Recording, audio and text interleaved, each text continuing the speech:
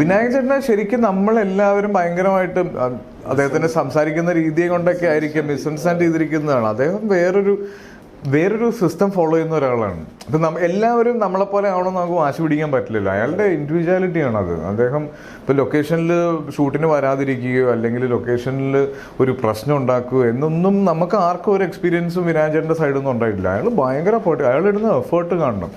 അതിൽ ഒരു fight sequence shoot ചെയ്യുമ്പോൾ ഫൈറ്റ് മാസ്റ്ററിൻ്റെ അടുത്ത് മൂപ്പര് പറഞ്ഞത്, നമ്മൾ ഇത് മറ്റേ ഡിഷും ചവിട്ട് പഞ്ച് ബ്ലോക്ക് അതല്ല സാർ വേണ്ടത് എന്ന് പറഞ്ഞിട്ട് ഞങ്ങൾ രണ്ടുപേരും കൂടെ ലിറ്ററലി ഒരു 30 seconds റോ ആയിട്ട് ഫൈറ്റ് ചെയ്തിട്ടുണ്ട്. അത് കഴിഞ്ഞ് നമ്മൾ രണ്ടുപേരും മാറി നിന്ന് ഛർദ്ദിച്ച് അത്രയും കാര്യം നമ്മൾ പ്ലാൻ ചെയ്ത് ചെയ്യുമ്പോൾ അതിനൊരു റിതം ഉണ്ടാവും, അതിനൊരു കുറച്ചും കൂടെ കംഫർട്ടബിൾ ആയിരിക്കും. മറ്റേത് നമ്മൾ ചെയ്യുന്നതിന് നമ്മൾ പ്രിപ്പയർഡ് അല്ല. ഇയാൾ എൻ്റെ കഴുത്തിൽ ഇങ്ങനെ പിടിച്ചു കഴിഞ്ഞാൽ കൈ പിടിച്ച് തിരിക്കുക, അതിനിടുന്നത് ശരിക്കും ആക്ച്വൽ ഫൈറ്റിന് കൊടുക്കുന്ന അതേ മസിൽ പവറാണ്. അപ്പോൾ അത് കഴിഞ്ഞ് ഞങ്ങൾ രണ്ടുപേരും മാറി നിന്ന് ഛർദ്ദിക്കുക. അപ്പം ഞാൻ ചേട്ടൻ പ്രാന്തോടെ